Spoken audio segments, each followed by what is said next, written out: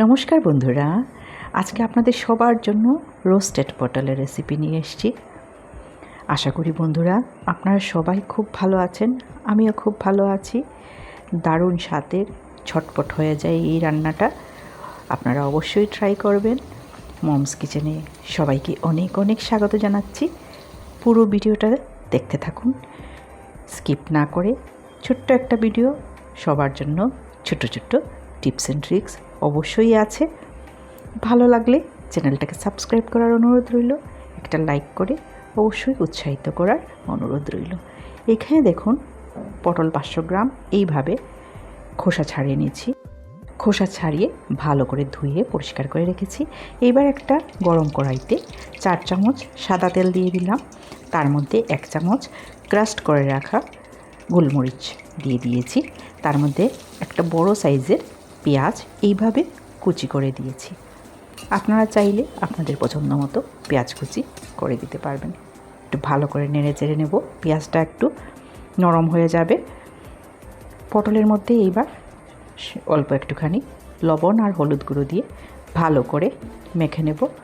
এখানে বলে রাখি, প্রতিটা পটলে কিন্তু আমি চারদিকে কাট লাগিয়ে দিয়েছি। আপনারা নিশ্চয় ভিডিওতে দেখতেই পাচ্ছেন, যাতে মশলাটা ঢুকে যায় পটলের ভিতরে।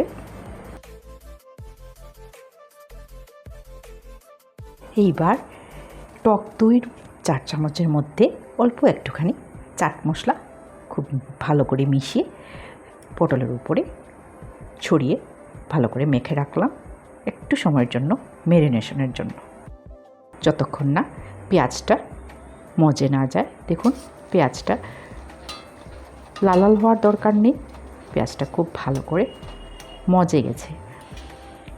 এইবার এতে হাফ চামচ লবণ দিলাম, হাফ চামচ হলুদ গুঁড়ো দিলাম, কারণ লবণ অলরেডি পটলের মধ্যে দিয়েছিলাম। এবার কাশ্মীরি লাল লঙ্কা গুঁড়া 1 চামচ দিয়েছি। এবার পেঁয়াজের সাথে ভালো করে মিক্স করে নিলাম। দেখুন মশলাটা খুব ভালো করে, পেঁয়াজটাও ভাজা হয়ে গেছে। এর মধ্যে অল্প একটুখানি চিনি অ্যাড করেছি, আবারও মশলাটা কষিয়ে নিচ্ছি। এইবার দেখুন এতে এমডিএচের মিট মশলা, এই মশলাটা আমার কাছে একদম ম্যাজিক মশলার মতো, আমি প্রায় রান্নাতে ব্যবহার করে থাকি। আপনারা ভাববেন যেখানে তো মাংস রান্না হচ্ছে না, তাহলে কেন মিট মশলা আমি অ্যাড করছি? বলছি দাঁড়ান। এখানে এবার ম্যারিনেটেড পটলটা দিয়ে দিলাম, দই আর হলুদ লবণ দিয়ে যা মেখে রেখেছিলাম খুব ভালো করে মিক্স করে নিচ্ছি। আপনারা মিট মশলার বদলে যে কোনো সবজি মশলা ব্যবহার করতে পারবেন। এই মিট মশলাতে এটা যে শুধু মাংসতে দেব তা তো না, ঠিক না? পটলটা দেখুন খুব ভালো করে নেড়ে চেড়ে এবার একদম লো ফ্লেমে ঢেকে রাখবো 5 মিনিটের জন্য।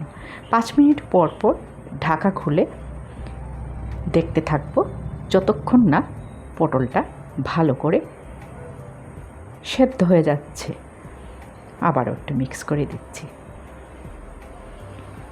রান্নাটা কিন্তু আমরা অনেক ভালোবাসা দিয়ে করে থাকি। আবারও 5 মিনিটের জন্য ঢাকা দিয়ে রাখবো। যে মশলাতে স্বাদ ভালো আসে, কম মশলায় রান্না যাতে ভালো হয়, সেই চেষ্টাটাই আপনারা আমার প্রতিটা ভিডিওতে দেখতে পান। এখানে দেখুন পটলটা খুব ভালো করে রান্না হয়ে গেছে।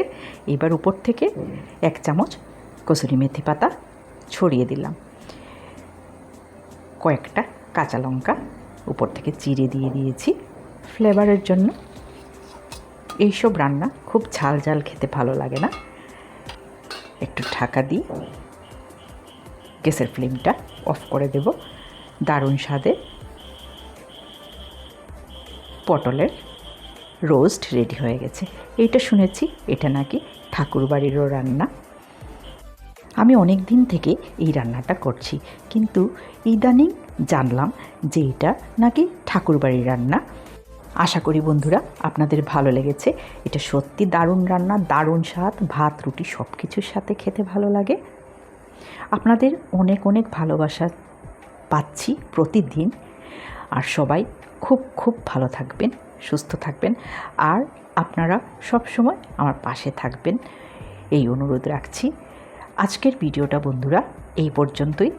আবারও একটা খুব ভালো রান্না নিয়ে আপনাদের সাথে খুব তাড়াতাড়ি দেখা হবে। বন্ধুরা ধন্যবাদ জানিয়ে এখানেই শেষ করছি।